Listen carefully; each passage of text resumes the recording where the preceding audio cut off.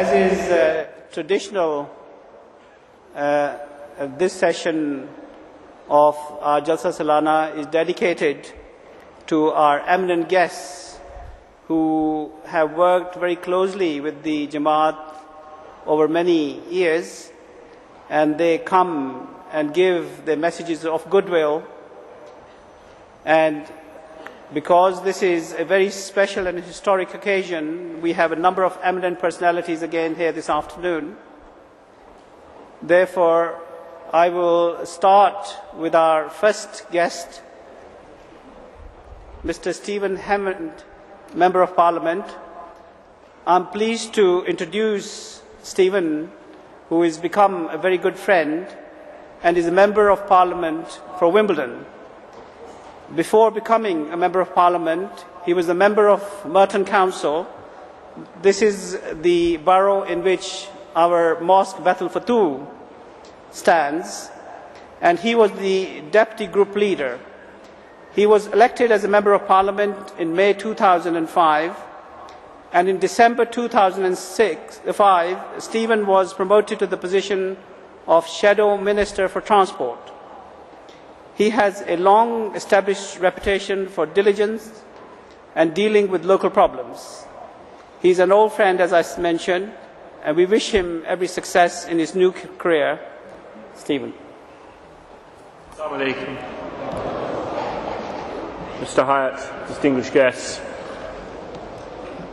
members of the community, it is a great honour to speak to you today, and particularly an even greater honour to be the first speaker off. I understand that this event is clearly momentous. There have been a number of Jalsalanas which have been fabulously well attended over many years, but this event, of course, celebrating the 100 years of leadership for the community, is particularly special.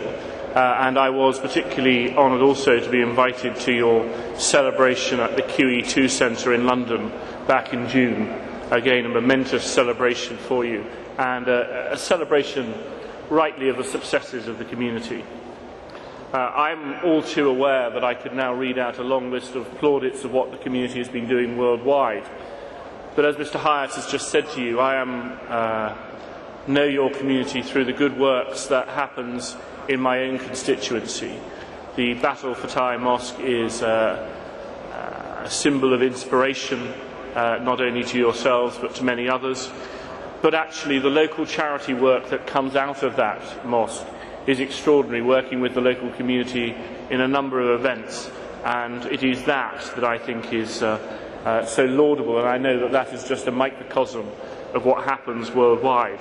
I know worldwide you have set up schools, you've set up refugee centres, you've set up IT centres, all sorts of facilities to assist people to empower themselves. And that seems to me to be exactly the principle that your religion is built on, and you should be so proud of. I am obviously aware of, in a number of countries, the rise of persecution, and like a number of my fellow colleagues who will be speaking to you this afternoon, we greatly abhor what's been going on, and we have made representations to the British government to ensure that this is known to those countries, that their behaviour is unacceptable and will not be tolerated.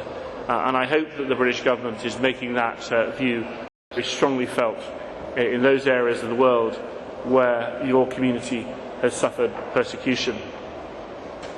I finally wish to say to you that I think that, in particular, in this year when a number of people are having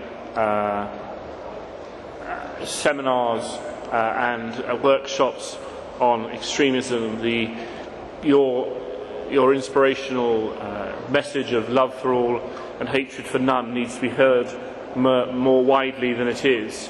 And my hope for you for the next 100 years is that love for all, hatred for none becomes not only a message for your community, but a real message of hope for the world. Thank you very much indeed.